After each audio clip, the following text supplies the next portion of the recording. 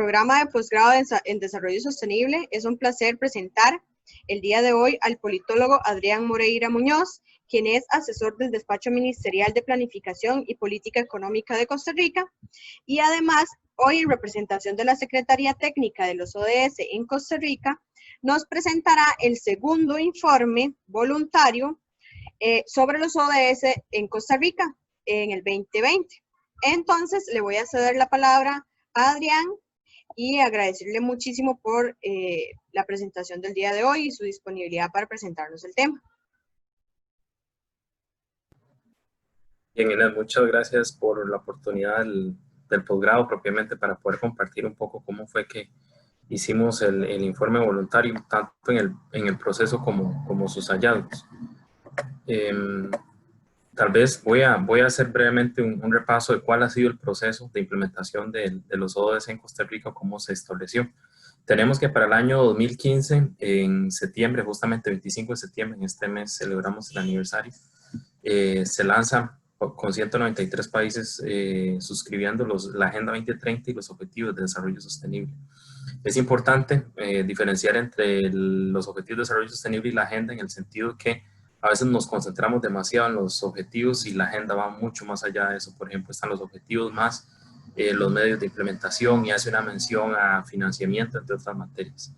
Entonces, en el año 2015 tenemos el lanzamiento de la Agenda 2030 y los Objetivos de Desarrollo Sostenible. En 2016, justamente la fotografía que vemos en la presentación, el país es el primer país en el planeta que establece un acuerdo multiactor nacional por los Objetivos de Desarrollo Sostenible. Como ustedes podrán ver, están los tres poderes de la República de entonces, cada uno de sus jerarcas. Está la Defensoría de los Habitantes, Tribunal Supremo de Elecciones, sector privado, organizaciones de gobiernos locales, la Oficina de la Coordinadora Residente de las Naciones Unidas, organizaciones de sociedad civil, organizaciones basadas en la fe, entre otros, que como tal suscribieron ese acuerdo.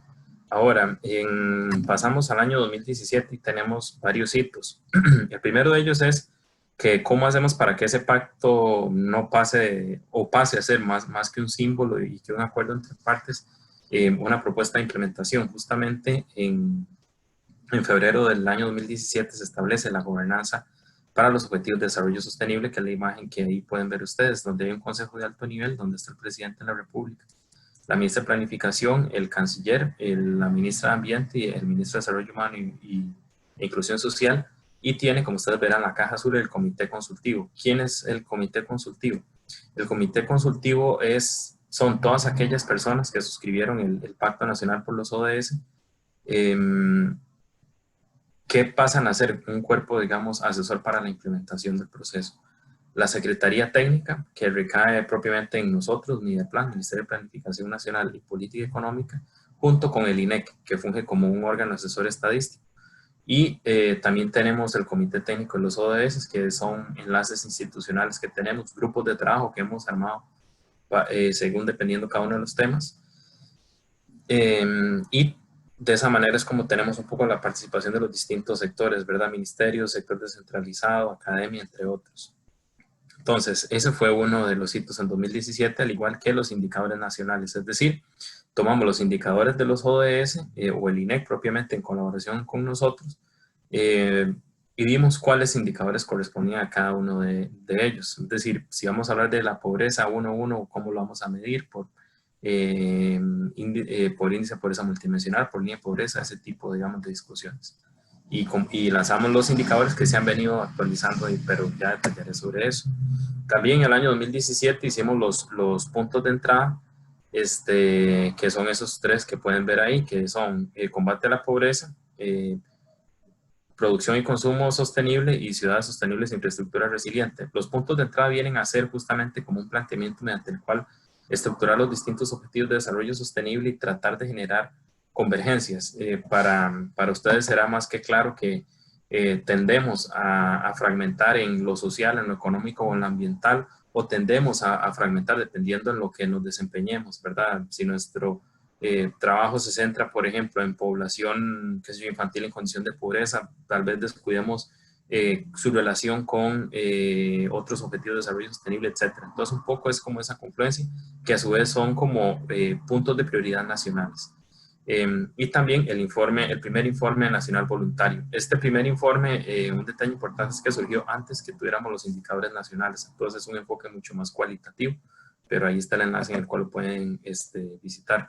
Propiamente, en diciembre de 2018 y hacia el año 2019 lanzamos el Plan Nacional de Desarrollo e Inversiones Públicas, que como tal establece, bueno, incluye las poblaciones, tienen su diagnóstico, tiene también metas nacionales, por ejemplo, que tienen que ver con desarrollo económico, tienen que ver con pobreza, empleo, descarbonización de la economía, etc. Entonces tenemos como un nivel de mediano plazo o de metas de impacto propiamente. También tenemos metas de efecto y metas de producto. ¿Por qué? Porque este es el enfoque de gestión para resultados mediante el cual lo estructuramos y tenemos claro que como instrumento de direccionador del desarrollo nacional debe tener esos 3 niveles de contribución. Si no logramos efectos e impactos, no estamos realmente transformando. ¿Y cuál es la relación con los ODS? Da para hablar mucho el Plan Nacional de Desarrollo, pero rápidamente, como ustedes verán, el cuadro que se proyecta, un poco tenemos los indicadores del Plan Nacional de Desarrollo, que son esos, por ejemplo, vemos el caso el primero, del valor de competitividad en el índice de competitividad global, a cuál ODS se asocia, a cuáles indicadores nacionales ODS se asocia, como verán es al 811, eso lo pueden ver en la página de INE, y cuál es su vinculación, es decir, si este indicador es una adaptación, como les decía, la mayoría de indicadores de los ODS son de efecto impacto. Entonces, si esto es de producto, hay que hacer un ajuste metodológico. Entonces, por ejemplo, podrán ver, indirecto es 1, y directo es, por ejemplo, 2, el segundo que aparece, que la productividad laboral anual medida en millones de colones por persona ocupada. Y esa es la forma como hicimos ese empate. Como el Plan Nacional de Desarrollo, en términos generales, de alguna manera hace ese empate con los indicadores de los ODS nacionales. Igual ahí queda el enlace para que puedan ver más al respecto. Ahora sí, sobre esto viene a ser cómo habíamos venido construyendo el proceso y nos enfrentamos al segundo informe nacional voluntario. Entonces, un poco cómo es la metodología y proceso de elaboración del mismo.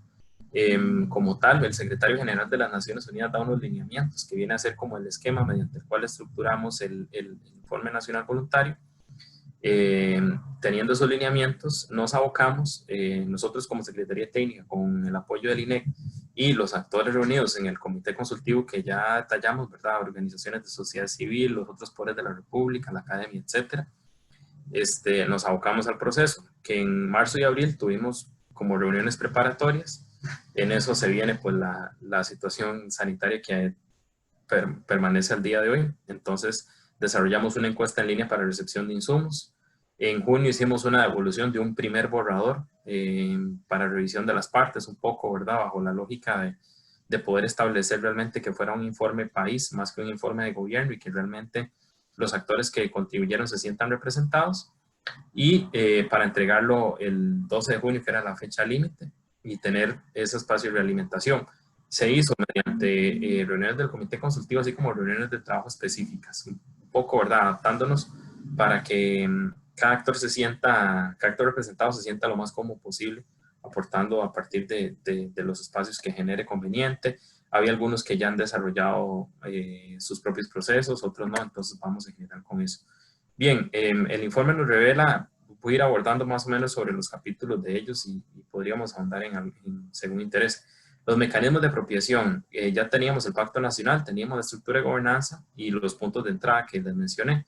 Entonces, como ustedes verán, esta es la relación entre los puntos de entrada de los ODS, cómo aterrizan en esas 5 metas nacionales que ustedes verán: pobreza, medida por índice de pobreza multidimensional, desempleo, crecimiento económico, desigualdad de emisiones de CO2, y se aterrizan las áreas estratégicas mediante las cuales se ordena el Poder Ejecutivo. Eso en cuanto al Plan Nacional de Desarrollo. Marcos institucionales de implementación y seguimiento. Justamente, ¿qué vemos sobre el Plan Nacional de Desarrollo en el primer año, 2019, de implementación? Que, como bien les mencioné, hay una vinculación sobre todo a nivel de indicadores, pero también, como verán, intervenciones estratégicas, entendiendo por una intervención estratégica, políticas, programas, planes y proyectos. Y el resultado global de avance es que avanzamos en 2019 con un 60% en cuanto a los ODS. El 64% avanza de acuerdo con lo programado, el 21% tiene un cumplimiento medio y el 15% tiene un cumplimiento bajo. Y el gráfico, como ustedes ven, que es tomado del informe, un poco refleja cuáles son cuáles son los ODS que más están representados dentro del Plan Nacional de Desarrollo en términos gráficos, como ven, el 8, el 10, el 1, el 11 son los que más están representados, y siendo menos, por ejemplo, el 7, el 2, el 17. Justamente uno de los instrumentos fundamentales dentro de lo que consideramos intervenciones públicas son las políticas públicas, ¿verdad?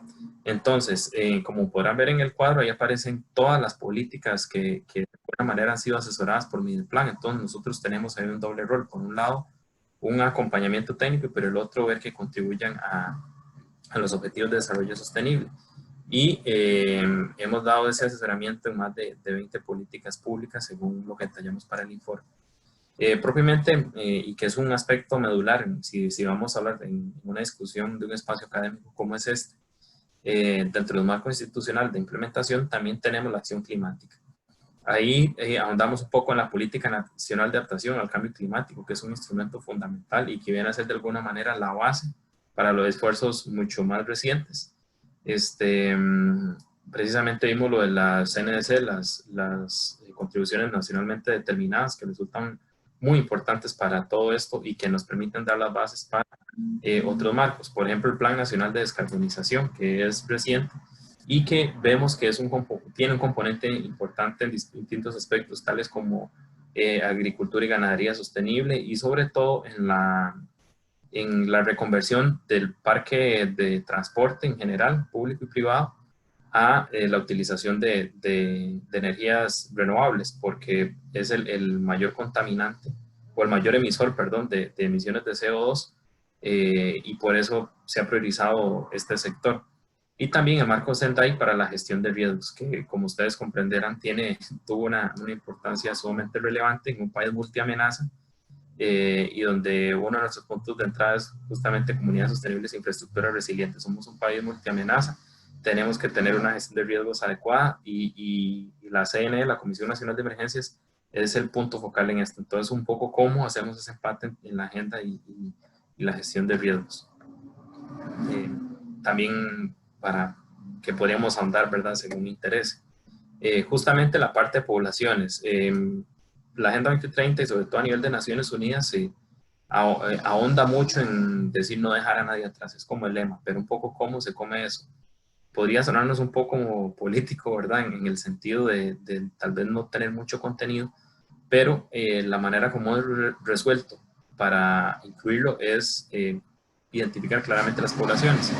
En el plan el gráfico, bueno, el gráfico 2 en el informe, pero ese gráfico justamente muestra cuáles grupos de población son los que tienen más intervenciones dentro del plan favorecidas. Entonces vemos, por ejemplo, vulnerabilidad múltiples, por ejemplo, mujeres en condición de pobreza, ¿verdad? Hay varias condiciones, seguido por niñez, adolescencia y juventud, mujeres, persona adulta mayor, pueblos indígenas, poblaciones LGTBIQ, personas con discapacidad, afrodescendientes y población migrante. Viene un cuadro anexo donde se detalla más sobre eso y cuáles son las políticas públicas que hay sobre estas poblaciones, ¿verdad? Donde hay políticas específicas para niñez y adolescencia, población adulta mayor, mujeres, pueblos y territorios indígenas, etc.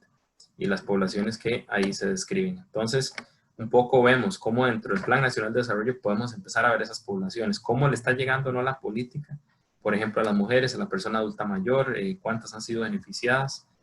Por un lado es lo que ya hacemos, cómo incorporamos esa variable de población.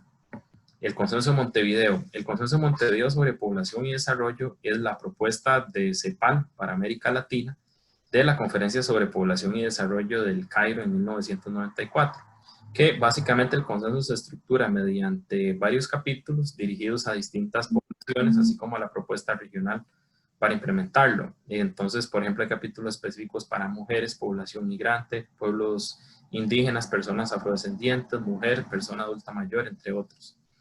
Entonces, hicimos también una vinculación entre las medidas prioritarias del Consenso de Montevideo, que ya como país habíamos hecho un proceso, instituciones públicas y sociedad civil, para priorizar cuáles de todas las medidas del consenso íbamos a usar para Costa Rica.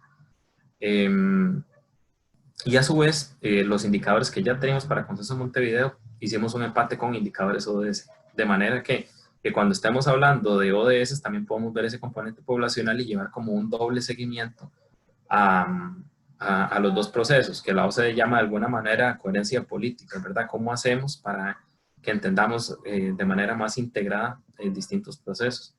Y ahí se establece cuál es el porcentaje de asociación entre los ODS y la vinculación en general del plan con el Consenso de Montevideo. El examen periódico universal es un instrumento igual de derecho internacional, es una revisión que se hace sobre distintos, qué sé yo, la Convención del Derecho de Niñas, Niñas y Adolescentes, de la Convención de la Mujer, etc. Distintos instrumentos que tienen las Naciones Unidas sobre derechos de poblaciones, y se hizo un empate entre las recomendaciones que se le dieron al país y que éste aceptó, su relación con ODS, su relación con Consenso de Montevideo, es decir, una vez más, que estemos hablando de un mismo tema, y vemos que los ODS que salen sobre todo relacionados es el 16, el de instituciones sólidas, paz y justicia, seguido por ODS 5, equidad de género, y ahí según el orden de vinculación. ¿Verdad? Esto de qué manera también nos permite ver cómo avanzamos en cuanto a la relación entre derechos humanos y los ODS. Y justamente ahí vean cuáles son las temáticas que más se vinculan. Vean que, aspecto importante, vemos números bastante regulares, o sea, que coinciden, por ejemplo, en los primeros en instituciones de derechos sexuales, derechos reproductivos, derechos civiles y políticos. Luego tenemos coincidencias como por bloques, como podrán ver, y siendo ambiente el que destaca entre ellos, según la gráfica que ahí se le pone, y que se encuentra a su vez en el informe voluntario. Sobre la contribución de los actores, es decir, como ustedes verán, la exposición ha sido sobre todo de lo que se hace desde el sector público, sobre todo el Poder Ejecutivo, pero los demás actores del pacto. Entonces, se hizo como tal mediante una encuesta en línea, que ellos dijeron, bueno, ¿cuál era la contribución a los objetivos, a cuáles son los objetivos que más han contribuido, más bien? Y vemos que reducción de las desigualdades es el primero de ellos, Alianza para los Objetivos, igualdad de género, fin de la pobreza, salud y bienestar, son de los primeros 5, y de ahí hacia abajo en cuáles. Irónicamente vemos que energía asequible y no contaminantes es uno de los que los sectores sienten que no contribuyen tanto. Y a su vez ese enfoque por poblaciones, siendo mujeres el que más reporta sobre ellos, seguido por personas jóvenes, niñas, niñas y adolescentes. Entonces, esta es un poco la perspectiva desde los otros actores sobre cómo contribuyen a los objetivos y a las poblaciones. A su vez, teníamos una encuesta del año 2018, si no me equivoco, e hicimos el proceso de consulta que les comenté para este informe propiamente. Entonces, el sector empresarial, ahí es importante destacar que hay empresas privadas y empresas públicas participando, pero ellos hicieron un instrumento de consulta específico para su sector, es decir, es un sector que como tal tiene un mecanismo de consulta y rendición de cuentas hacia lo interno, está organizado, por así decirlo. Y ellos brindaron información a partir de los 3 puntos de entrada, un poco cuáles son las acciones que han realizado, etc. El Poder Judicial, que es otra de las ramas de gobierno, tiene también una gobernanza institucional ya establecida que lidera el presidente de la Corte Suprema de Justicia. Eso tiene una ventaja que permite pues ir desde lo más alto hasta lo más bajo en la escala, digamos, de departamentos y unidades en cuanto a la implementación de los ODS, y ellos tienen para cada uno de los 17 objetivos 94 de las 169 metas. Entonces, tienen como tal también una estrategia para todo el Poder Judicial, donde identifican qué unidad o qué dirección, etcétera, cómo contribuye. Es interesante, sobre todo en el marco de un posgrado en desarrollo sostenible, que por ejemplo hay sentencias de la Sala Constitucional sobre acceso al agua que me hablan de lo de ODS 6 y así por el estilo. Entonces también vemos que no es solo que como el Poder Judicial se organiza, sino que en su quehacer vemos claramente reflejado cómo los ODS se están viendo reflejados. La Asamblea Legislativa tiene un rol claramente de cambiar regulación, de abrir o cerrar cuellos de botella. Y ellos precisamente identificaron cuáles han sido algunos de los proyectos de ley que contribuyen a los ODS más significativos dentro del periodo de 2018, ¿verdad? Tomando en cuenta que el primer informe voluntario fue en 2017, entonces de 2018 a 2020 o a junio de 2020, ¿cuáles han sido esos proyectos? Por ejemplo, veamos que el reconocimiento del acceso al agua como un derecho humano es uno de los que ellos destacaron como más relevante, ¿verdad? Y que no es un detalle menor en una discusión sobre qué prioriza un país y qué tiene al respecto. Acá tal vez esto lo debía haber dicho al principio, pero aprovecho que me estoy acordando que para nosotros es fundamental como marco normativo de operación la Constitución Política en el artículo, me van a disculpar la imprecisión, 51, si no me equivoco, 50 o 51, disculpen la imprecisión, donde precisamente se reconoce el derecho a una producción ordenada, a la generación de riqueza, número uno, pero a su distribución justa, ¿verdad? Que viene ese componente social. Y luego en una reforma de los 90 se incorpora el derecho a disfrutar un ambiente sano y equilibrado. Entonces, somos un país que desde la Constitución Política tiene ya integradas las 3 dimensiones del desarrollo sostenible y vemos cómo un rol de la Asamblea Legislativa sí ayuda a fortalecer esto. La plataforma de las organizaciones de la sociedad civil, ellos sobre todo se enfocaron su reporte en cuáles poblaciones trabajan, como ustedes pueden ver, mujeres LGTBI, derecho a educación, afrodescendientes, etcétera. Y tenían, por ejemplo, un programa con universidades. Entonces ya ahí veíamos una alianza interesante entre universidades y sociedad civil. La plataforma de organizaciones basadas en la fe, ellos tienen un enfoque sobre todo en promoción de dignidad humana, calidad de vida, uso sostenible de recursos naturales y centran su accionar sobre todo en combate a la pobreza, el ODS 1, el ODS 10 de reducción de desigualdades y paz y bienestar. Esto, por ejemplo, hay labores como organizaciones basadas en la fe, por ejemplo, con población migrante, que generan mayor confianza hacia esas poblaciones que el Estado, ¿verdad? Siendo poblaciones migrantes, están más acostumbradas a ser perseguidas que a ser acogidas. Y esas son mediaciones que, por ejemplo, hacen las organizaciones basadas en la fe, que son fundamentales. Seguidamente, la Oficina de la Coordinadora Residente de las Naciones Unidas brinda un poco en el informe el marco general sobre cómo han desarrollado las distintas agencias el aporte a la Agenda 2030. Entonces, ellos tienen 3 prioridades: acuerdos nacionales, eficiencia institucional y no dejar a nadie atrás. Entonces, bueno, y hay una ventaja, que todo esto lo hacen en el UN Info, que es un sistema de Naciones Unidas de reporte. Entonces ellos tienen qué proyectos están haciendo, a quiénes beneficia, a qué ODS reporta, y es un sistema como tal de seguimiento mucho más claro y útil para saber sobre desarrollo sostenible. Finalmente el CONARE, que será de interés obviamente para ustedes como posgrado, ellos reportan sobre la incorporación de los ODS en una visión sistémica en el Plan Nacional de Educación Superior, en los planes, y acciones que contribuyen a estas metas. Aprovecho también para decir que durante este mes tendremos una actividad con ellos, un poco de reflexión, centrado en una colaboración, un proyecto conjunto que tiene la UNA con la UCR. Y finalmente los gobiernos locales informan sobre la localización de los ODS en los gobiernos locales y que dentro de las municipalidades consultadas, un 44% han alineado sus instrumentos con los ODS. Finalmente, ¿cómo evaluar los ODS? Por un lado, el Plan Nacional de Desarrollo tiene aparejado la Agenda Nacional de Evaluaciones que selecciona intervenciones para cada uno de los 4 años de implementación, asociada a poblaciones y objetivos de desarrollo sostenible en específico, y han sacado sobre ellas. Ha habido evaluaciones, por ejemplo, de la estrategia de pobreza, a ver si llega a transformar o no la situación. Se hizo, por ejemplo, una evaluación, no recuerdo si fue a inicios de este año o a finales del anterior, sobre el plan de desarrollo forestal, junto con el MINAE, un poco cuál era su eficacia, ha servido o no ha servido, con qué mejoras debería tener el futuro, etcétera.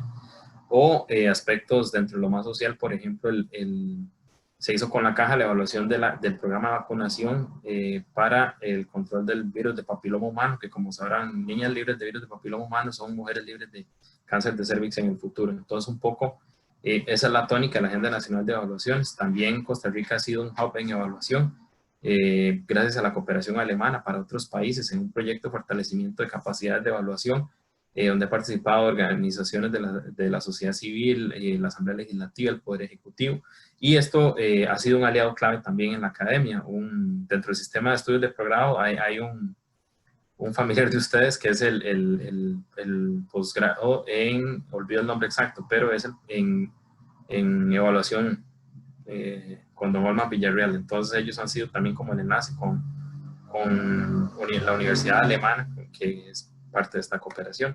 Y también la Contraloría General de la República ha sacado informes relacionados al proceso de implementación de los ODS 5, igualdad de género,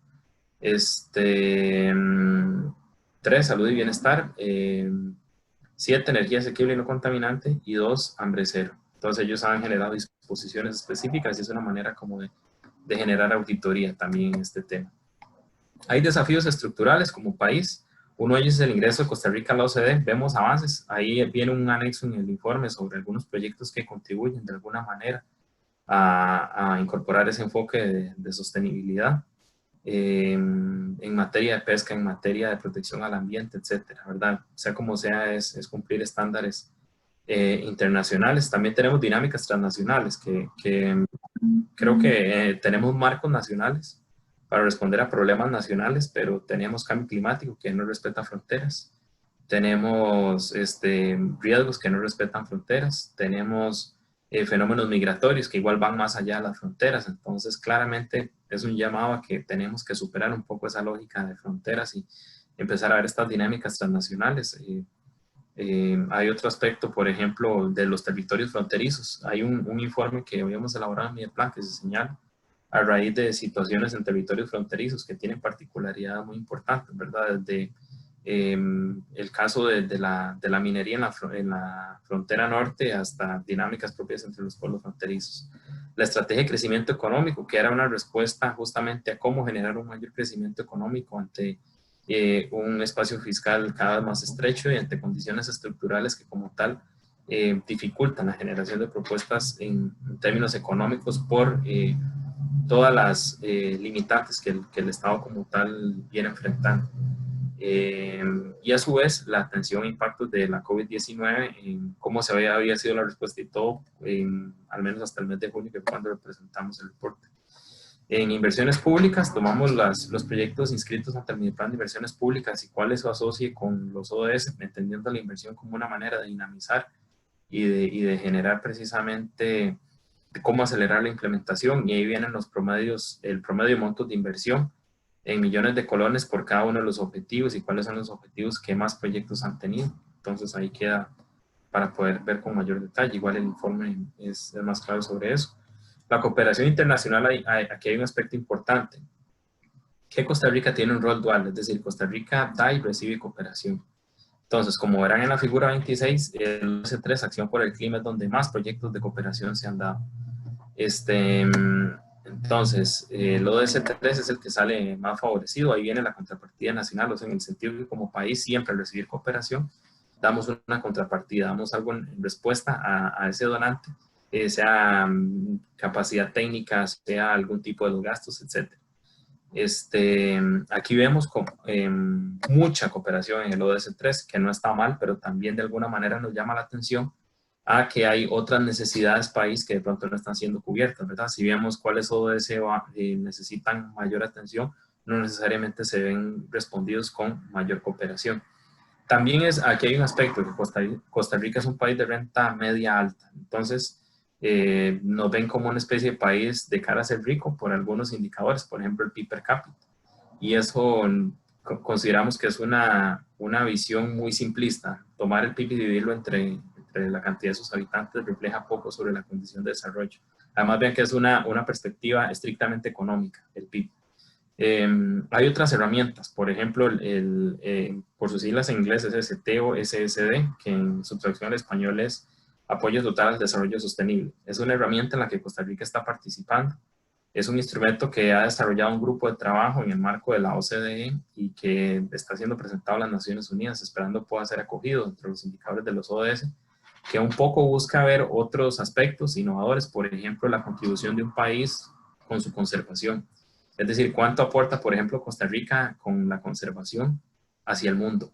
Y no solo los cooperantes típicos, ¿verdad? Que estamos hablando de bancos, organismos financieros internacionales o países que dan proyectos de cooperación, fondos de cooperación, cooperación técnica, sino un poco ver también cuál es el aporte del sector privado, etc. Entonces, como ustedes verán, esta herramienta es aún algo incipiente o está en desarrollo, pero sí busca romper un poco la lógica de ver cooperación o el nivel de los países por una sola forma y ver más allá de los estados y más allá de esta dimensión. Entonces es una discusión en curso que creo que es sumamente relevante. Hay otras iniciativas en el país, sé que Biofin a nivel regional es una de ellas, y un poco ver cómo hablamos, porque hablamos de finanzas verdes, entonces un poco es ver cómo generamos un mejor encuentro entre la parte de finanzas, cooperación y aporte entre los países con lo ambiental y poder precisar eso, que finalmente ponerle números facilita las cosas para precisar de qué estamos hablando. Propiamente los indicadores, el fortalecimiento de capacidades estadísticas, el INEC, como órgano asesor estadístico nuestro, ha realizado un esfuerzo importante. Entonces, como ustedes verán, aquí se muestra el avance entre los indicadores, donde podemos ver desde 2017, que fue el último informe, a 2019, que es el último corte, esperamos actualizar esta cifra pronto. Vemos cómo hemos ido pasando de 117 indicadores disponibles a 136. En realidad son bastantes porque desarrollar estos indicadores se las traen. Si ustedes van a los indicadores ODS, todos son hechos con la ficha de metadata de la CEPAL. Entonces, por ejemplo, van a tener cuál es el indicador de Naciones Unidas, cuál es su nombre, cómo se mide, cuál es su fórmula, y luego para el país, cómo se mide, cuál es su fórmula, cuál es su descripción, qué institución lo mide, cómo debe interpretarse, cuál es la persona responsable, qué institución lo mide. Entonces, realmente hay una metadata muy fuerte que, por ejemplo, para una maestría es sumamente relevante. Ver de dónde vienen esos datos, cada cuánto se miden, etc. Entonces, más allá de este avance en la disponibilidad de indicadores, también esta es la foto a 2019 sobre, como verán, bueno, cuesta un poco apreciarlo, pero son los 17 objetivos, como verán en la columna de la izquierda, y cada uno de sus indicadores, cómo se muestran. Entonces, en verde son aquellos indicadores que están disponibles, en naranja los que no está el indicador todavía listo, pero hay datos para poder hacer el indicador. En color rojo los que no están disponibles, los que no sabemos cómo medir. Y en púrpura son los de reporte internacional, o sea, que por ejemplo miden algunas agencias de Naciones Unidas regional, que si yo FAO mide la totalidad de países si tienen X, Y, Z condición, o así por el estilo. Entonces, como país no entramos de pronto a revisarlo. O otras que no nos aplican, por ejemplo, que son para estados insulares, ya que no somos una isla, pues no lo medimos. Finalmente, ¿cuál es el análisis de esos indicadores nacionales en este periodo de 2017 a 2019-2020? De momento, la verdad, que nos dicen justamente la información estadística sobre los ODS.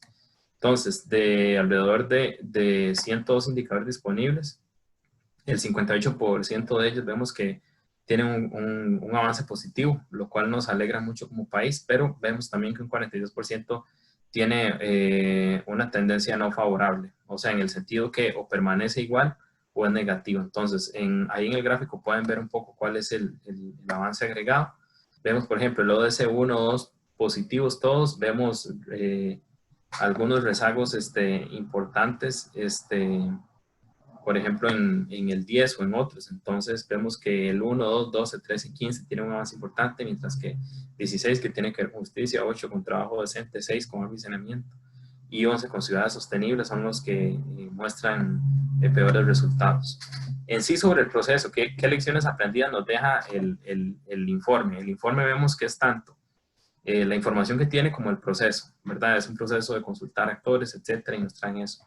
Vemos que el Pacto Nacional es un instrumento para garantizar que todos los derechos humanos y que los distintos actores puedan verse involucrados. ¿Cómo aseguramos esos derechos humanos? También vemos que la estructura de gobernanza sigue mostrando un desempeño desigual, ¿verdad? O sea, en el sentido que hay actores que tienen mayores capacidades, otros tienen menores acceso a recursos, otros tienen metodologías más desarrolladas, otros no. Entonces, un poco cómo generamos mayor equidad entre ellos. Se destaca como un punto importante contar con indicadores nacionales, que el Plan Nacional de Desarrollo tiene metas ODS, la Agenda Nacional de Evaluaciones y los indicadores de seguimiento. Creo que para este país el contar con el INEC como garante de eso es una muy buena noticia y para nosotros pues obviamente también. Un tema recurrente es cómo hacemos para ponernos de acuerdo entre los distintos actores, porque de pronto academia lo entiende de alguna forma, nosotros lo entendemos de otra, sector privado lo entiende de otra. Entonces, cuando hablamos de desarrollo sostenible, ¿qué estamos hablando? Y cómo generamos esos empates. No es un tema fácil, porque es un tema que como país de pronto no hemos dado, pero hemos tratado, por ejemplo, para este informe con el sector empresarial. Ellos tienen que el reporte GRI, hay distintas metodologías, ¿verdad?, para el reporte de sostenibilidad. Entonces, un poco es ver cómo hacemos para lo que ellos ya hacen, generar ese empate con metas, indicadores nacionales y generar esa traducción, por llamarle de alguna forma, y es algo que queremos llevar a cabo con mayor claridad en otros actores. También, por ejemplo, vemos cuáles son esos sectores que se han desarrollado o que tienen un mejor desarrollo interno, ¿verdad? Con instrumentos propios, como decía, y cuáles ODS en general, ¿verdad? Por su análisis en los indicadores o en instrumentos, etcétera, requieren una atención especial. 5, 8, 9, 16, 12, 14. También lo que hablaba, la movilización de recursos y bienes públicos internacionales es fundamental, porque para hablar, podemos hablar de los ODS, cómo miden, si suben, si bajan, pero como les decía, la Agenda 2030 es más que los ODS y es los medios de implementación, es decir, cuál es la magia para conseguir esos resultados. Entonces, si no tenemos financiamiento, si no sabemos cómo hacemos los recursos, cómo vamos a llevar a cabo para esta implementación, difícilmente podemos estar antes de discutir cuáles ODS priorizar, etcétera, sino cómo lo vamos a lograr. Aquí es donde la magia realmente ocurre, o cómo decimos que realmente ocurre la magia. Entonces, eso, y la identificación de bienes públicos internacionales, como les decía, en este apoyo total al desarrollo sostenible, ver más allá del PIB per cápita como la condición que determina la contribución de un país en términos generales hacia la cooperación y el desarrollo. El enfoque de población y desarrollo, como creemos que fue una conclusión general del informe, que es sumamente útil para poder ver a las personas a lo largo de los distintos indicadores y metas de los objetivos de desarrollo sostenible, y cómo esto nos ayuda a mudar de una situación donde vemos que sobre todo las intervenciones públicas garantizan acceso a servicio, pero tenemos que ver si están transformando o no las brechas, por ejemplo, que existen en género. Es decir, si estamos consiguiendo que las mujeres accedan igual a los servicios, bien, pero además si estamos o no transformando su condición, o sea, si estamos dándole las herramientas para que se transforme esa condición. Asimismo hemos visto que, por ejemplo, en materia ambiental se necesitan instrumentos precisos y rigurosos para guiar su implementación. De lo contrario, se nos diluye el tema y no podemos precisarlo. Asimismo, lo de la descarbonización y cómo planteamos el tema resulta fundamental, sobre todo poderlo aterrizar, como les decía, mediante maneras precisamente efectivas. Vemos que la crisis del COVID-19 nos va a plantear un desafío sumamente importante, sobre todo cómo hacemos con los desafíos que ya teníamos como país que se ven acentuados con esta crisis y cómo salimos de ella sin renunciar a la sostenibilidad. Justamente el 25 de este mes tendremos un poco esa discusión donde estará la ministra de Planificación, el canciller de la República y la secretaria general de la CEPAL, un poco, ¿verdad?, como dando luz sobre cómo hacemos precisamente con esto, cómo salir desde aprovechando la sostenibilidad. Viene la década de la acción. Naciones Unidas menciona la década de la acción y se refiere propiamente del 2020 al 2030. Entonces, ¿qué se ve fundamental ahí? El Plan Estratégico Nacional. El próximo año nosotros vamos a iniciar una visión al 2050. ¿Por qué 2050? Porque es la meta de la COP21 de descarbonización de la economía y con un hito al 2030. Es un ejercicio prospectivo donde se sobreponen capas de información sobre el territorio y se ven cuáles podrían ser polos de desarrollo, cuál es la infraestructura a desarrollar, cuáles son las capacidades a desarrollar y cómo tener un mayor valor agregado a los productos que tenemos con la sostenibilidad. Y finalmente la descarbonización de la economía mediante una economía completamente descarbonizada, en el sentido de que hay esfuerzos por descarbonizar el transporte, pero hay que ir más allá, hay que ir a la totalidad de las actividades productivas. Tenemos la tarea pendiente en un proceso de recuperación de los impactos del COVID-19, como les decía, reforzar la transversalización del enfoque de género y derechos humanos, y también ampliar los espacios de encuentro. Siempre nos encontramos gente nueva. Este espacio es una muestra de ello, de personas con quienes debemos conversar y generar alianzas. Y por supuesto la generación de datos para poder generar una mejor identificación. El proceso tiene que mejorar sus procesos y mecanismos de coordinación. Cómo articular mejor, ¿verdad? Una vez más, tendemos a fragmentar los temas, siempre está el desafío de cómo integrarlo mejor, y la cuantificación al financiamiento que ya hemos mencionado. Esos son los enlaces al informe que se puede ver con mucho mayor detalle. Ahí vienen igual correos donde pueden consultar, etcétera, tanto en inglés como en español, según el interés de la persona.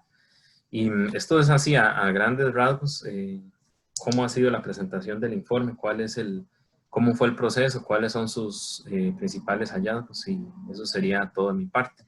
Entonces, les agradecemos la oportunidad por permitirnos compartir esto y estamos abiertos a cualquier consulta que tengan. Claro, muchísimas gracias, Adrián. Más bien, vamos entonces a iniciar el proceso de preguntas o comentarios.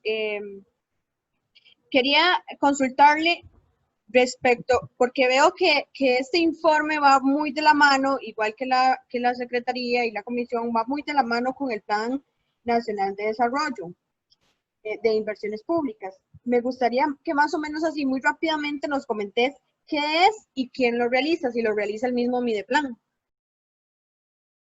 Sí, el Plan Nacional de Desarrollo de Inversiones Públicas viene a ser el plan de la visión del presidente, ¿verdad? De cuál es su visión de desarrollo aterrizado para el periodo de los 4 años en que él hace que comprende su mandato. Sin embargo, se realizan en el primer año de gobierno, es decir, entonces está planteado para los 3 de él más el primero de la administración que sigue. Entonces, en efecto, es coordinado por Mideplan y de la mano con la Presidencia de la República e incluye ha incluido históricamente sobre todo a instituciones del Poder Ejecutivo y busca cada vez ir más allá, ¿verdad? Instituciones autónomas, gente de sociedad civil, etcétera. Ha costado un poco romper esa lógica, pero, por ejemplo, en temas de género tenemos dentro de los implementadores, por ejemplo, sobre víctimas de violencia está el Colegio de Abogados y Abogadas. Entonces, una forma de empezar a generar esas sinergias. Tenemos al ICE en cuanto a acceso a electricidad, etcétera.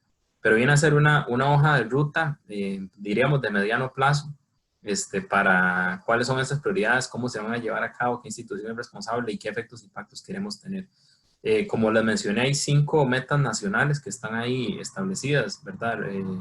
Desigualdad, crecimiento económico, descarbonización, bueno, emisiones de CO2, pobreza por índice, pobreza multidimensional, que ahí hay algo importante. Alguien dirá cómo hasta ahora lo hicieron, pero es la primera vez que un plan utiliza métodos de simulación para metas. Entonces, por ejemplo, tenemos claro qué vamos a conseguir. Eso es sumamente importante porque, por un lado, nos permite saber hasta dónde el plan va a llegar. O sea, y en el sentido de que por ahí decimos, ay, sí, un plan y vamos a lograr la descarbonización, etcétera, y el tiempo nos dice, no lo logramos o llegamos hasta cierto punto. Entonces, este es un ejercicio más honesto que de alguna manera buscamos decir, ¿cómo hacemos? ¿Qué resultados esperamos obtener en un escenario positivo y negativo? No esperamos una pandemia, claramente, entre los supuestos de esa simulación, pero un poco es eso, porque también la Agenda 2030 nos dice, sí, hay que involucrar a todos y todas, esto va más allá del Estado, pero ¿cómo se hace eso? Entonces, un poco esa era la intención, no solo decir cuánto vamos a cumplir, por ejemplo, en índice de pobreza multidimensional esperamos una reducción del 2%, cuando teníamos una pobreza del 10 en ese momento, más o menos. Entonces, bueno, ¿cómo vamos a resolver ese restante? Ahí es donde eventualmente debería entrar el sector privado, cooperación, etcétera. Entonces, un poco esa era la visión. Y están la inversión pública, digamos, porque antes también se decía Plan Nacional de Desarrollo y aparte de inversiones públicas. Y no, la inversión es fundamental para el desarrollo. Entonces, vemos todas las obras que he estado llevando a cabo, muchas en infraestructura vial, sobre todo, pero también, por ejemplo, el programa de agua para Guanacaste, el PIAC, que ya venía y se viene a establecer aquí como una forma de llevarle el pulso y cómo dirigir esas comunidades, cómo contribuye esto al ODS 6, etcétera. Entonces, un poco eso es la forma como funciona y el plan tiene se hace seguimiento semestral a la mayoría de sus metas, algunas solamente anual. Entonces, tenemos en términos generales un informe cada 6 meses sobre cómo avanzan esas metas. Entonces, un poco cómo llevar el pulso. Vemos la necesidad de desarrollar justamente este plan estratégico al 2050 porque como país hemos adolecido de esa visión al 2050 y es difícil de alguna manera solventar desafíos muy relevantes en cada 4 años, que es como cambian los gobiernos. Entonces un poco esa es la intención en el marco del Bicentenario de la República, plantear esta visión a largo plazo que ojalá como país logremos saber cómo plantear, cómo sacar mejor provecho económico, cómo vincular mejor a la gente en respeto con el ambiente sobre nuestra ruta de desarrollo, pero eso es en términos generales. Claro, justamente en ese punto iba también a consultarle algo. Si querés, puedes presentar de nuevo las diapositivas para que nos vayamos justamente a las metas, porque me gustaría consultarle, digamos, estas metas son establecidas entonces por este Plan Nacional de Desarrollo y de ahí es donde nacen también. Entonces quiere decir que, ¿verdad? A lo que interpreto, ¿verdad? Este informe nace tanto de lo que se ha venido trabajando a nivel del Plan Nacional de Desarrollo y también a lo que propone Agenda 2030 para los países miembros y que han Sí, ratificado. podríamos decir que hay la Agenda 2030 tiene a su vez los ODS y cada objetivo tiene a su vez meta e indicador. Ajá, sí. Entonces, el Plan Nacional de Desarrollo viene a ser uno de esos instrumentos, tal vez el más relevante, de cómo ir midiendo esa contribución a las metas e indicadores nacionales. Entonces, un poco cómo fue que lo hicimos. Recordemos que estos indicadores, lo que estoy proyectando acá, los que hicimos con INEC, son de 2017. Entonces, ¿por qué decidimos primero tener los indicadores? Para saber cómo estamos. Es decir, en qué vamos bien y qué vamos mal. Y en función de eso, tratar de plantear un plan nacional de desarrollo que responda a esas necesidades, ¿verdad? En qué es que vamos bien y qué es que vamos mal. Entonces, digamos, la Agenda 2030 como tal es un ejercicio al 2030. Entonces, un plan nacional de desarrollo claramente no nos alcanza para las metas y las Claro. transformaciones necesarias. ¿Por qué? Porque es limitado, también por la naturaleza de los ciclos políticos, porque podríamos plantear ahí sí un plan nacional de desarrollo en 2030 y viene otra administración y decide cambiarlo por completo o considera que no era lo adecuado. Entonces, es propio de la naturaleza, pero sí creo que al menos los indicadores nacionales nos permiten tener esa perspectiva más a largo plazo. Y también bajo la cadena de resultados, que en el enfoque de gestión para resultados podríamos ver, bueno, que este plan nos permite avanzar y cuánto hacia ese 2030. Un poco ese es el espíritu, ¿verdad? Como un compromiso de esta administración de decir, bueno, qué tanto contribuyo o no a la Agenda 2030. Ok, entonces a través del análisis de de los indicadores, ¿verdad? De cada uno de estos ODS, se establecieron si querés te pasas a la diapositiva donde están las metas para revisarles un toquecito, para que tal vez nos quede un poquito más claro entonces. Creo que estaban al puro inicio, las metas. Ajá.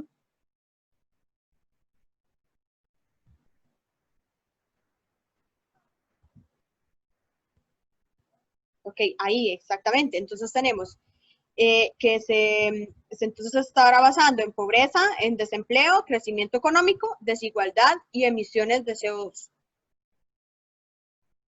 Correcto, ¿verdad? Sí, estas son más las de mediano plazo. Ok. O sea, porque por ejemplo, pobreza por IPM, entonces ahí en el plan se puede ver con mayor detalle. Entonces, bueno, el IPM, ¿qué componentes tiene? ¿Qué mide? Y luego, ¿qué instituciones públicas como tal contribuyen a IPM? ¿Qué el más que Ministerio de Trabajo, que Ministerio de Educación, etcétera? Entonces, digamos, en realidad esa meta se desagrega en varios programas, digamos, de instituciones públicas. Y cómo lo mide el INEC. Entonces eso, bueno, desempleo, cómo se va a medir por la tasa de desempleo y qué factores, qué supuestos hay asociados, estos y estos. Y con base en los recursos que tenemos, cuál es la proyección de meta que tenemos, ¿verdad? Eso para las metas nacionales, que son esas 5 que aparecen. Ahora, para cada una de esas áreas estratégicas, que es el nivel siguiente, por ejemplo, es lo que veíamos voy a correrme, por ejemplo, vemos, creo que estaba en la parte de plan nacional, acá. Entonces, por ejemplo, una de las áreas es innovación, competitividad y productividad. Entonces, en ella vamos a ver intervenciones. Entonces, por ejemplo, ¿dónde están estos indicadores? Como ustedes verán, estos de la columna. Entonces, a su vez, ese es como otro nivel menor de contribución. Entonces, vean, por ejemplo, este número de fincas ganaderas aplicando el modelo NAMA, ¿verdad?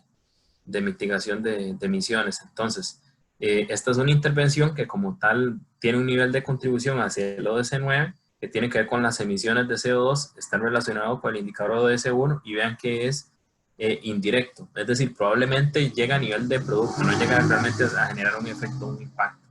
Entonces, esos son como los distintos niveles, las metas de efecto de impacto, que son esas 5 que mencionamos, perdón. A partir de ahí hay otros niveles de desagregación de contribución, digamos, de menor grado, pero asociadas a ellas. Ok, listo. Entonces ahí quedamos claros. Ahora, otra consulta que me generó fue sobre los actores. Los actores que participan, digamos, dentro de este proceso, ¿solamente son los que usted mencionó ahí o existen algún otro, digamos? Digamos, la plataforma viene a agrupar. Entonces, por ejemplo, y esta es como una labor nunca acabada, porque, por ejemplo, pueden decir, bueno, ¿quién de sociedad civil está ahí? Yo les podría mencionar. Y alguien dirá, ¿y no está esta organización? Entonces, es como un ejercicio que siempre estamos constantemente encontrándonos. Veamos el caso de la academia. Nuestra contraparte era CONARE, y ya hemos, como les decía, vamos a tener una actividad con la UNA y con la UCR. El TEC nos ayudó con unas cosas con el sector privado. A su vez, tenemos universidades privadas que de alguna manera quieren contribuir.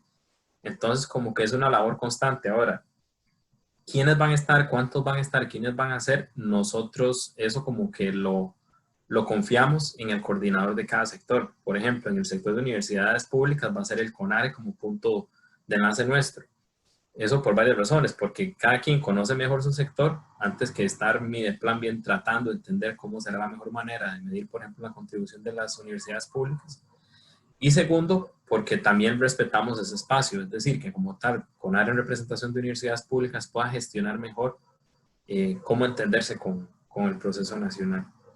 Entonces, eso en términos generales, ¿verdad? Y hay sectores que rotan en su representación, sobre todo sociedad civil, pero es, digamos, detrás de cada uno de esos representantes hay distintos, ¿verdad? Por ejemplo, en el Poder Judicial está la Corte Suprema de Justicia, estarán los tribunales, estarán, etcétera. En el sector empresarial están desde el ICE como empresa, pasando por distintas series de empresas asociadas a la Asociación de Empresarios para el Desarrollo, la AED.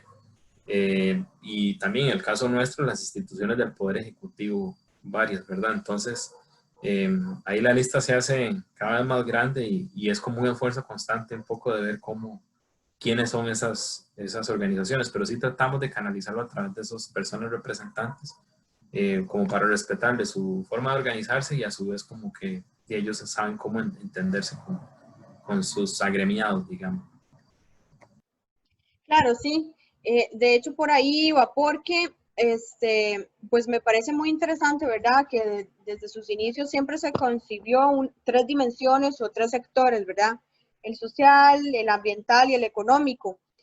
Y conforme fue avanzando el tema de desarrollo sostenible y fue coincidiéndose más a nivel de estados, a nivel de políticas, se entendió y se agregó otro sector o otra dimensión que es el político, ¿verdad? Y es uno de los que a mí me gusta siempre hacer énfasis porque muchas de las acciones o muchos de la realidad del desarrollo sostenible surge a partir de la parte política.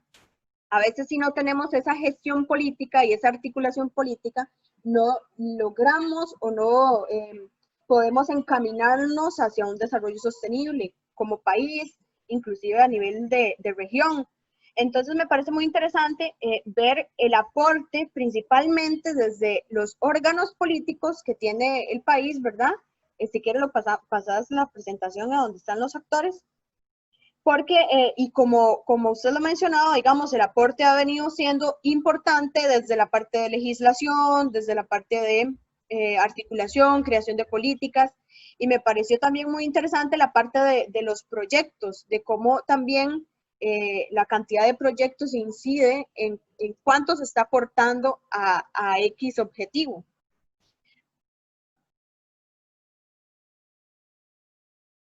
En efecto, creemos, bueno, y nosotros como Secretaría Técnica estamos en una búsqueda constante de cuál es la mejor forma de entendernos, porque como Ministerio de Planificación entendemos muy bien cómo funciona el sector, el Poder Ejecutivo sobre todo, pero de pronto no entendemos también al Poder Judicial y de pronto no entendemos también cómo funciona la academia, etc. Entonces, estamos como en ese esfuerzo constante de cómo generar en términos técnicos un mejor entendimiento. Pero es claro, como usted decía, Inés, los procesos de desarrollo pasan por acuerdos y por compromisos que sean reales, ¿no? Un poco, bueno, podríamos llegar y decir, sí, vamos a erradicar la pobreza aquí al 2030, pero para que eso sea realidad, debemos tener, por un lado, un instrumental técnico lo suficientemente sólido que nos diga cómo lo vamos a lograr o no, y también la voluntad política para que eso sea un tema prioritario, ¿verdad? Y la voluntad política, en efecto, la voluntad de decisión, digamos, desde la Presidencia de la República, ministros, hasta sector privado, etcétera. Entonces, por ejemplo, uno de los típicos dilemas de desarrollo es cuál es el uso que vamos a darle al ambiente, ¿verdad? Vamos a explotar unos hidrocarburos, nos van a generar riqueza, dicen algunos actores. ¿Es esa la decisión del país o no? Finalmente eso es una decisión política. Y cómo vamos a llevarlo a cabo es fundamental, porque también es qué aporte dan los distintos actores, ¿verdad? No solo Claro. la petición de cuentas, ¿verdad? ¿Qué está haciendo no el Estado y cómo yo le pido cuentas, sino yo como algún otro actor, cómo estoy contribuyendo a eso, cuántos recursos estoy dando, qué capacidad técnica estoy dando? Entonces, creo que en el espacio, por ejemplo, de ustedes en el posgrado siempre hay, y recuerdo mis clases de epistemología en la UCR en su momento, que decía, ¿verdad? Ante esas dos grandes soluciones que desde el ámbito académico se dan con el conocimiento, ¿verdad? Las dos funciones epistémicas fundamentales que son, por un lado, resolver problemas de conocimiento y problemas de orden práctico. Entonces, creo que la labor técnica, por un lado, es eso, resolver de conocimiento, cosas de cómo resolverlas, y práctico, justamente, de decirle a esos tomadores de decisión, esta es la forma de resolverlo. Pero sin la voluntad, sin poner los recursos, en términos amplios, ¿verdad? Desde financieros hasta recursos humanos, etcétera. En función de esas prioridades, realmente no, es difícil, no tiene sentido si no está esa decisión. Claro, sí. Ahí también dentro de los actores me gustaría preguntarle sobre el sector ambiente. ¿Cómo tal vez se ha tratado de integrar o se está tratando de integrar en caso de que no se refleje tanto, ¿verdad? Porque ahí, por ejemplo, vemos sector empresarial, vemos sector Poder Judicial, perdón, Asamblea Legislativa, y después continúa con la plataforma OSC y la plataforma nacional OBF. Y también, bueno, este aporte que tienen las Naciones Unidas a través de esta fiscalización. ¿Cómo se ha integrado, cómo se ha tratado de involucrar también tanto la parte social, como vemos aquí arriba, sobre los movimientos, y también si existe la posibilidad de que sectores sociales se puedan unir a una participación futura, digamos? ¿Qué posibilidades Sí, hay? absolutamente nosotros somos abiertos. Eso sí, por lo general lo canalizamos hacia, por ejemplo, la plataforma de organizaciones de sociedad civil, que sería como el espacio, o por ejemplo, si es más un grupo de investigación, etcétera, desde la academia. Pero por supuesto que siempre hay apertura. Como ustedes verán, a través de instrumentos, es decir, cómo llevamos a cabo el tema ambiental, está desde el Plan Nacional de Desarrollo, el Plan de Descarbonización, los NS, etcétera. Ahí tenemos claro, es decir, en términos de gobernanza, ¿verdad? Entendiendo por un poco instituciones, reglas del juego, instrumentos para hacerlo, está esta parte. Está también cómo hacer el empate entre eso y la parte financiera.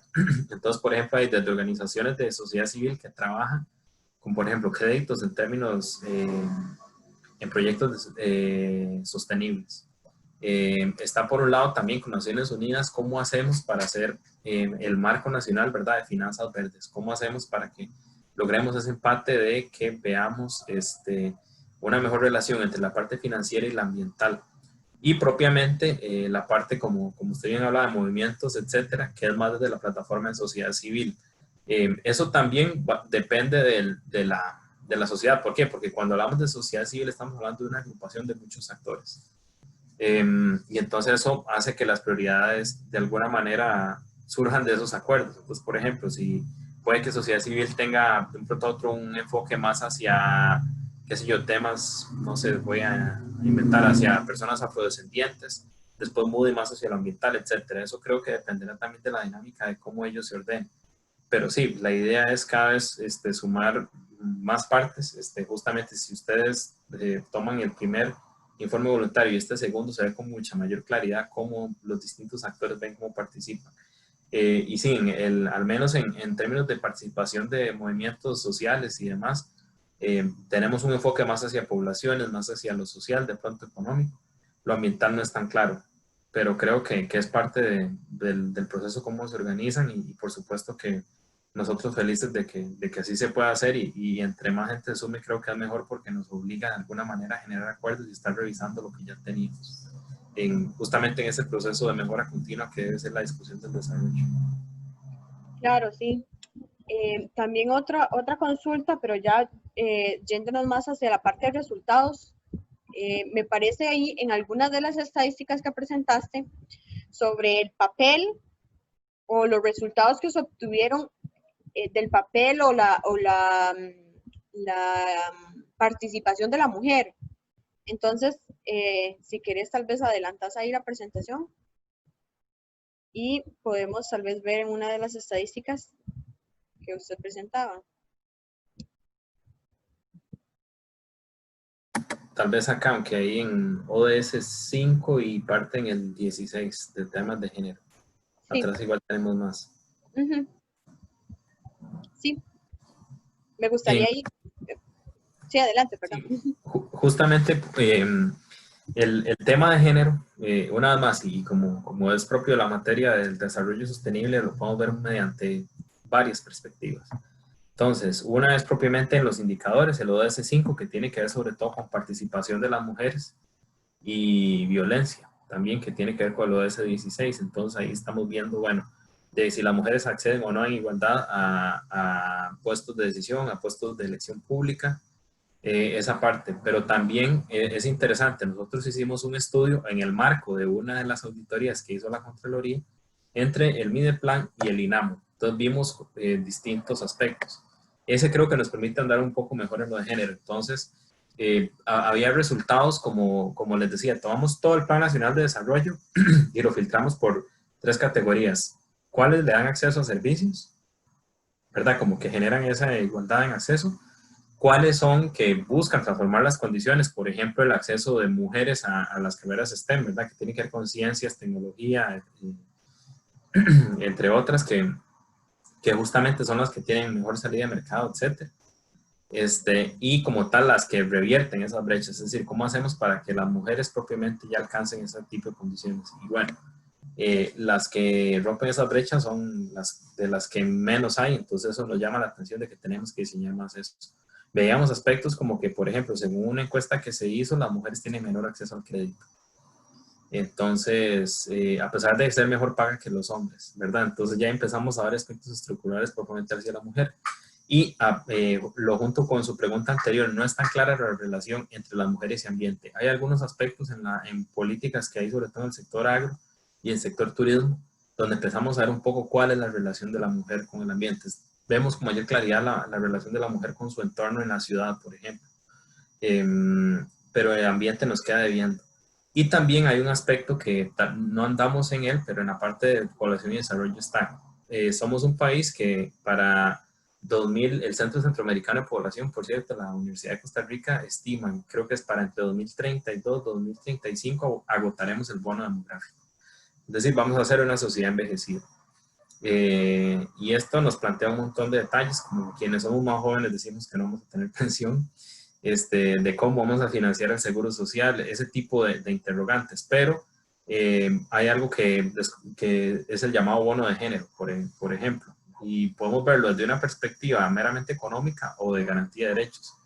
Y es que ya se han hecho simulaciones sobre eso, es decir, hay ejercicios propiamente de simulación económica, donde si incorporáramos a más mujeres al mercado laboral, obtendríamos mejores resultados en reducción de la pobreza. Reduciríamos 9 puntos porcentuales frente a 3 puntos porcentuales en el caso de los hombres. ¿Por qué? Porque las mujeres, al menos en este país, tienen mejor educación, por ejemplo, secundaria o universitaria, porque hay mujeres jefas de hogar, entonces eso hace que hayan mejores ingresos para una familia, entonces son más personas beneficiadas con este tipo de condiciones. Entonces, digamos, es parte de la buena noticia de que para un bono demográfico en agotamiento tenemos el bono de género. Pero también aquí hay un aspecto que abordamos en ese estudio y que es medular y que creo que esta pandemia nos lo ha revelado con mucha mayor énfasis. Y de hecho hay un boletín de OCDE reciente que nos señala esto en la región, que es los cuidados. O sea, en el sentido que por lo general a las mujeres les toca cuidar a los hijos, que las mujeres dedican mayor tiempo. Ya hay una encuesta sobre uso de tiempo que hizo en su momento el INEGI y que ha usado para la cuenta satélite el Banco Central sobre uso de tiempo y que nos revela eso, las mujeres destinan más tiempo a labores ajenas a su trabajo, ¿verdad? Desde tareas del hogar hasta cuidado de personas enfermas, familiares, hijos, etc. Entonces, ese es un aspecto medular para avanzar. Entonces, pareciera que incluso a veces no es tanto que le paguen menos a las mujeres o que no tengan eso, sino que esa limitante de tiempo les permite trabajar menos o llegan a cotizar menos por cuidar a un familiar. Ese tipo de limitantes, ¿verdad? Entonces, creo que el tema de género se puede ver desde muchas perspectivas, pero sí creo que son aspectos fundamentales como país. Sacar mayor provecho de ese bono de género, revisar estos aspectos, por ejemplo, como aspecto al crédito, la relación de la mujer con el ambiente y sin duda alguna avanzar en un sistema de cuidados porque sí es una limitante importante hacia un mejor desempeño de las mujeres o que puedan disponer de más tiempo para distintas actividades. Listo, Adrián, muchísimas gracias. Para ir cerrando mi intervención, solo me gustaría como consultarle de manera así como general. Eh, en vista de que la Agenda 2030 ya le quedarían 10 años, digamos, los últimos 10 años, para ver resultados.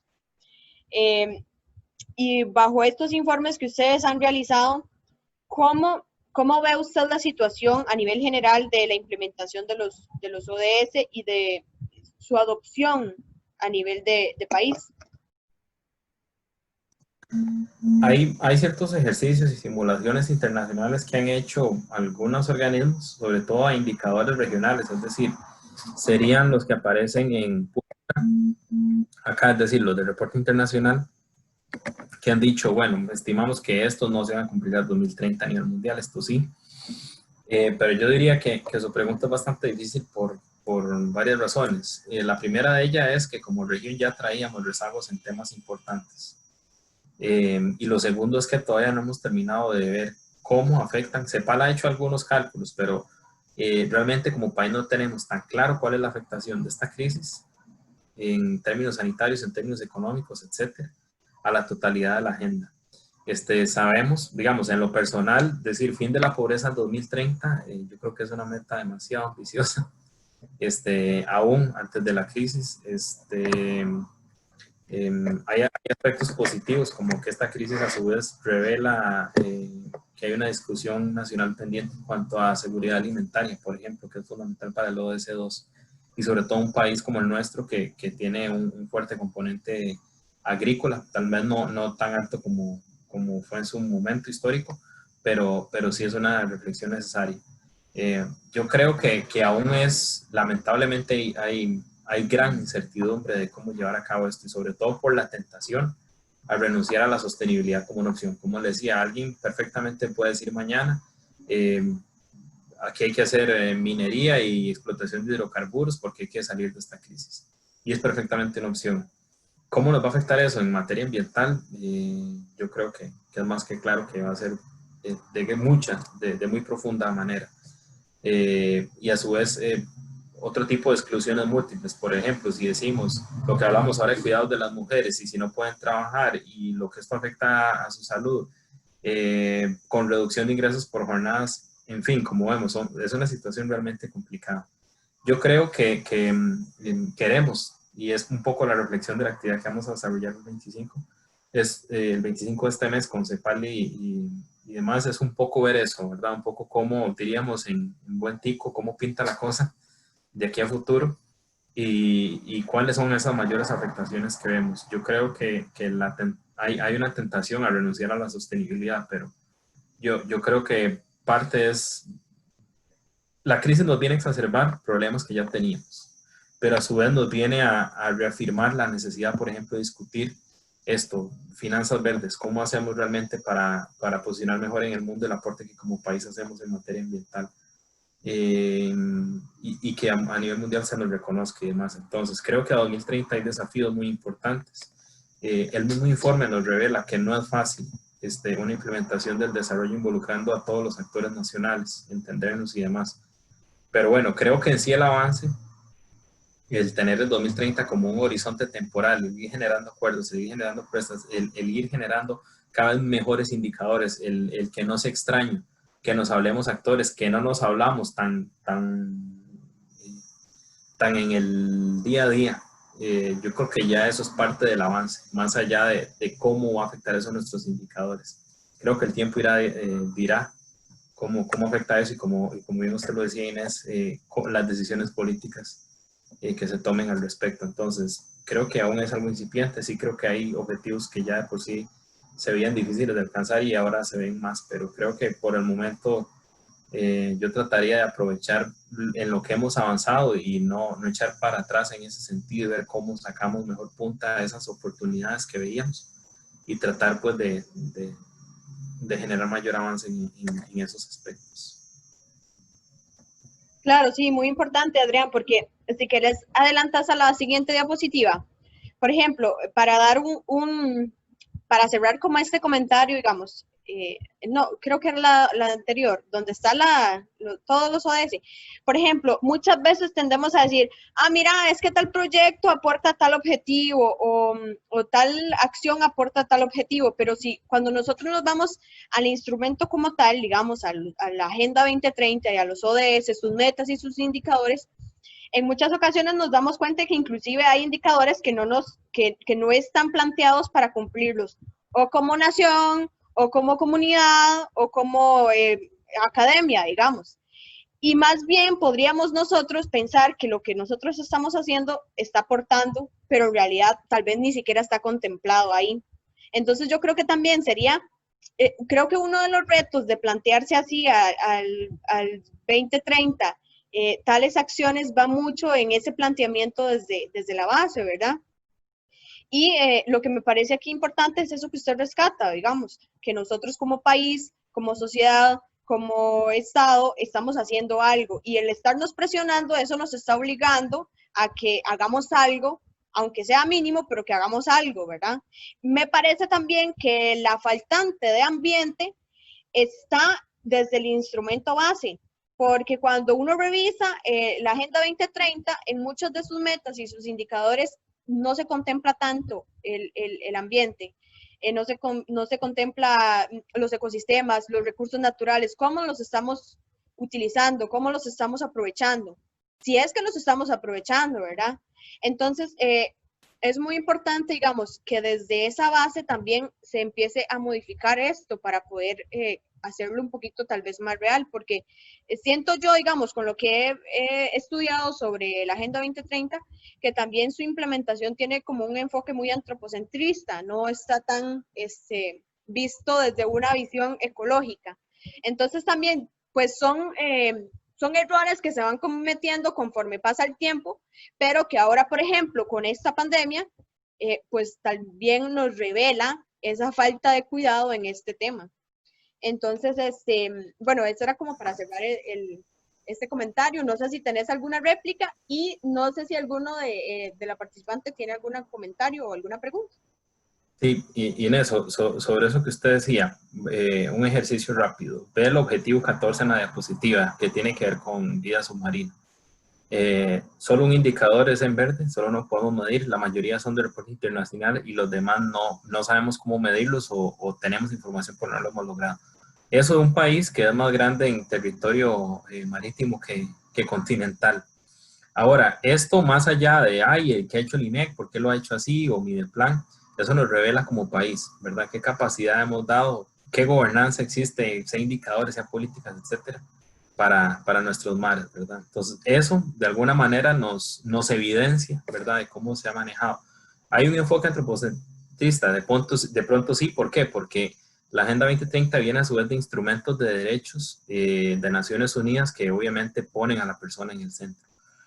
También hay otros marcos también en materia ambiental que van de alguna manera reflejados, sobre todo en el ODS 13 o por ejemplo parte en el 11, en el 15, en el 14 que hablábamos ahora, pero en efecto creo que es parte de eso. Y también hay otro asunto que es que de alguna manera la construcción del desarrollo es como ir en un barco que tiene que irse arreglando mientras va camino a puerto. Entonces no podemos detener para empezar completamente de nuevo Entonces tenemos que ir como sobre la marcha, pero sí hay algo que también nos revela, así como ese ODS 14 revela la poca información que hay sobre mares y vida submarina en general, es que estamos acostumbrados a decir, este va a ser un proyecto, esta va a ser nuestra estrategia de desarrollo, antes de ponernos a plantear cuáles son, por ejemplo, lo que le hablaban los indicadores, cuáles son los indicadores en que peor salimos o cuáles son nuestras necesidades más apremiantes. A partir de eso, ¿cuál es el cambio que yo necesito generar? Un poco más el enfoque como de teoría de cambio, ¿verdad? ¿Cuál es el cambio que yo necesito generar? ¿Me alcanza o no como Estado? ¿Qué otros actores tengo que involucrar? Y en ese sentido, ser más sinceros con todos, de ver realmente qué vamos a lograr o no, cómo lo podemos lograr.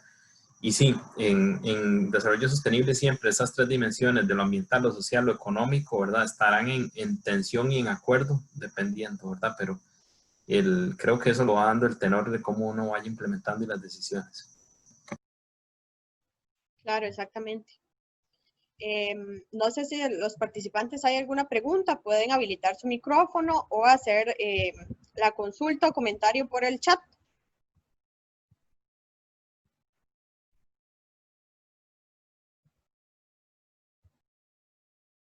Bueno, creo que no hay comentarios ni preguntas. Entonces, agradecerte mucho, Adrián. No sé si tienes como algún mensaje de cierre, tal vez en el sentido de que si ya vemos, digamos, que hemos, lo que yo puedo percibir con esta presentación suya es que ha sido un trabajo articulado de diferentes instituciones, de recopilar información y acciones, proyectos, políticas de diferentes actores del gobierno, ¿verdad?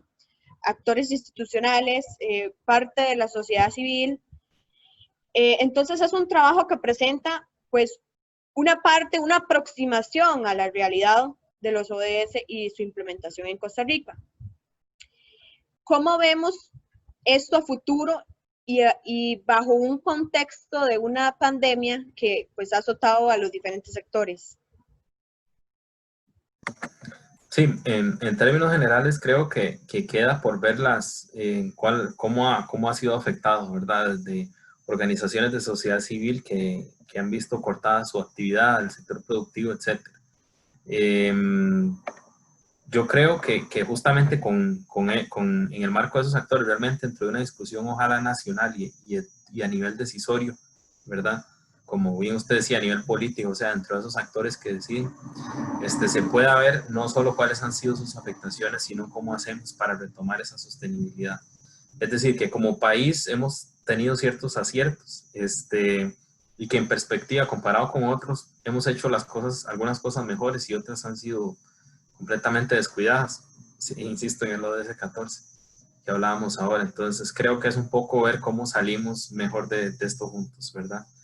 Y que creo que ha venido precisamente del enfoque ambiental de entender, de entendernos como parte de un ecosistema y como entender de que en esto estamos integrados y realmente propuestas que no sean integrales o propuestas que solo favorezcan a algunos, al final nos afectan a todos. Y creo que la realidad, lamentablemente, cada uno lo recuerda cada vez con más fuerza, ¿verdad? Que realmente no podemos escondernos. Entonces yo creo que es momento de, más allá de las afectaciones y de generar, de ver cómo salimos de esto mejor juntos. Entonces, creo que eso es lo que nos corresponde ahora, ¿verdad? Y que la agenda ojalá nos ayude a dar luces sobre qué alternativas tomar y que sea serio, o sea, en el sentido de que nuestros números y lo que aportemos realmente se vea reflejado. De lo contrario, son puros buenos deseos. Entonces, un poco es eso, como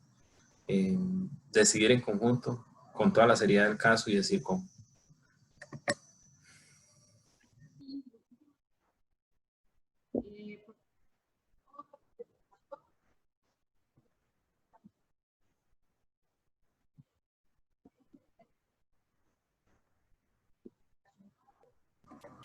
Perdón, Inés, no le estoy escuchando.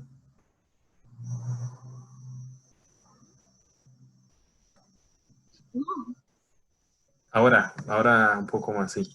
¿Ahí? Ahora sí, listo.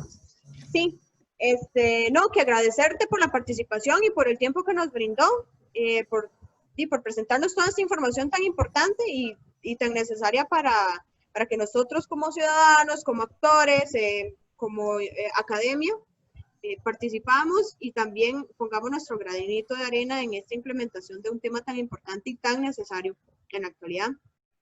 Comentarles que esta presentación va a estar disponible en el canal de YouTube de la maestría, que se llama Programa de Posgrado en Desarrollo Sostenible de la Universidad de Costa Rica. La pueden buscar así en el YouTube.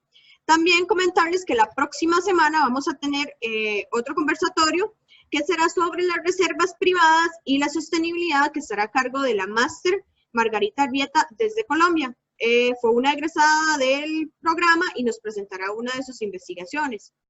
Y también comentarles que pueden estar consultando nuestras redes sociales, Facebook, Instagram o también el canal de YouTube, donde encontrarán los demás conversatorios que se han venido realizando. Y también estarán las invitaciones de los próximos eventos que vamos a tener. Agradecerte mucho, Adrián, por tu participación y por la información, y ojalá podamos seguir en contacto para más actividades. Y muchísimas gracias. A ustedes las gracias. Hasta luego, buenas noches.